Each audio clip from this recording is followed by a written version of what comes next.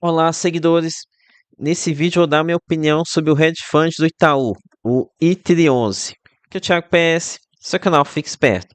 Pois bem, vou começar aqui falando sobre a remuneração, aqui sobre a entrega de rendimento de i311 e depois vou falar no que o fundo investe.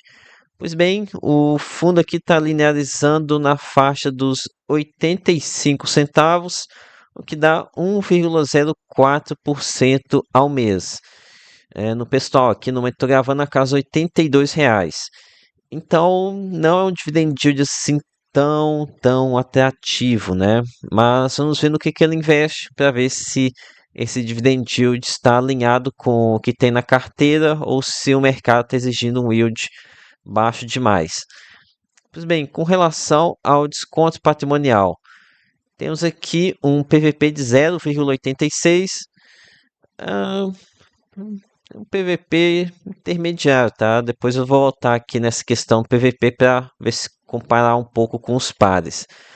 Pois bem, começando aqui a falar sobre a carteira de I311. Primeiro passo aqui classificar qual que tipo de hedge fund I311 é, porque a gente tem os hedge funds de verdade, que são aqueles que realmente investem um pouco em cada classe de ativos.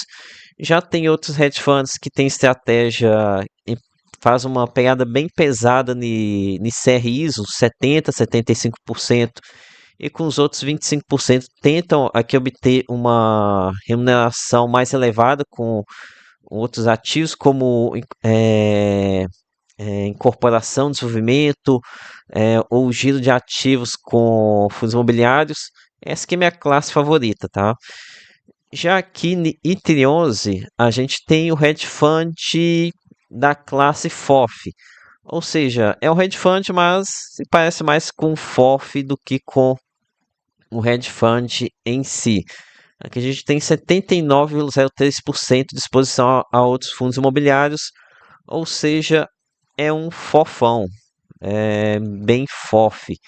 E aí que o FOME disse aqui para vocês, vou comparar aqui com os pares, o desconto patrimonial. Começando aqui com o CAFOF 11. CAFOF 11 sendo negociado com 16%, 16%, é o mesmo desconto de IT11, né?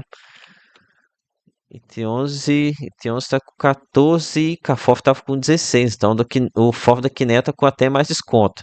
Lembrando que CAFOF é FOF puro, né? Então dificulta um pouco a comparação. Comparar aqui com o PSEC, o hedge fund da Pátria, mas que também é um FOF. Que está com 23% de desconto, tá? Com mais desconto ainda. Se bem que PSEC ainda é bem feio, tá? Esse hedge fund da Pátria é feio que dá dó. Ainda mais que fizeram várias aquisições, várias fusões aqui dentro. PSEC nem serve muito como padrão de comparação. Mas, enfim, vamos continuar aqui a análise sobre a carteira de IT11. É, aqui o fundo é basicamente um fofão e o Itaú foi preguiçoso aqui na hora das alocações. Tem exposição de 9,42% em XPML11, depois 5 em VISC. Aqui lembrando para vocês que ao manter essas posições muito elevadas, o gestor ele se complica, né? Já que ele não tem condições aqui de negociar posições tão elevadas como essas, né, com a liquidez que fundos imobiliários possuem. Então, basicamente, é o gestor ele mesmo se travando. Aqui, o que o gestor ele precisa fazer é algo similar ao que o pessoal da Real Invest faz, né? Que é uma carteira muitíssimo pulverizada, de forma que eles conseguem contornar a baixa liquidez dos fundos imobiliários dessa forma. Ok, agora aqui mais algumas críticas ao portfólio do fundo. Aqui não me agrada ver isso daqui, ó. RBRR, Canip 11, MXRF 11, são todos esses três aqui são fundos de papel high grade. Aí pensem só, MXRF paga 1% ao mês. Aí se você ainda vai e coloca mais uma taxa de administração ainda por cima. Canip 11. Canip 11 Agora não, que está com a inflação elevada, jogando o rendimento mais para cima. Mas teve mês aqui que cada IP11 pagou 0,70, 0,80. Horrível para um fundo de papel, né? Para menos do que fundo de tijolo. Então, se você coloca aqui ainda uma segunda taxa de administração, fica ainda menos interessante. Então, alocação horrível, tá? Apesar disso, temos sim algumas boas posições. VISC11, apesar dos pesares, acho positivo. BRC11 também positivo. RBRY, teve umas cagadas lá da RBR, né? Estava escondendo, mas ainda assim um fundo que eu gosto. LVBI depende aqui do preço que eles entraram. E aqui detalhando sobre isso, sobre o valor de entrada do Itaú aqui nos fundos da carteira. É, então, entre 11 veio ao mercado foi acho que começo de 2024, foi a IPO dele. Deixa eu pegar aqui essa informação. Aí, acho que está aqui no final. Isso mesmo, começo de 2024. E a maioria das alocações foram feitas principalmente no primeiro semestre de 2024.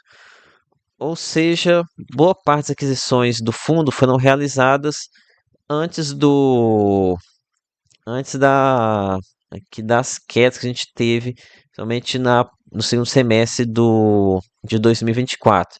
Que lembrando, vocês estão vendo uma alta aqui do IFIX. É bom lembrar que boa parte dessa alta está relacionada aos rendimentos, né? Já que o IFIX é um índice de retorno total. Mas aqui em IT11 é muito provável que o fundo esteja com prejuízo na maioria dos fundos. Somente aqui em VGRI 11, aquele fundo relezeiro de Lages da Valora. Aqui tenho fortes suspeitas ainda por cima de ser um caso de ancoragem, né? Ou seja, aquela mãozinha amiga para o gestor. Ainda por cima, deve estar com fumo enorme aqui, tá? Fumo grande, mas grande mesmo. Enfim, aqui realmente foi uma baita bola fora do Itaú, tá? Como eu venho dizendo, em vários vídeos que eu falo sobre os fundos do Itaú, foi uma baita de uma decepção, né? A gente tinha, pelo menos eu tinha uma alta expectativa com os fundos do Itaú por conta da questão da Quiné, mas acabou que se mostrou que não tem nenhum fundo brilhante, né? Nada aqui que nossa, que fundo legal aqui, hum, nada, né?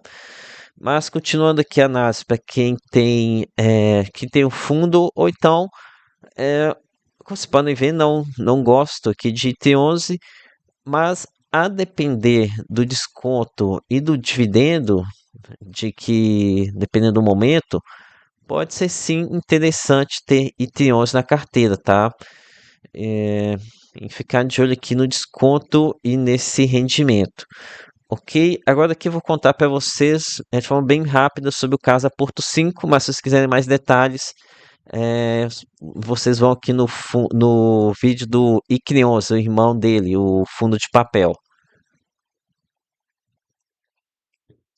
Então, aqui o CR Porto 5, ou como ele é mencionado hoje, o CR4 Mago PPF.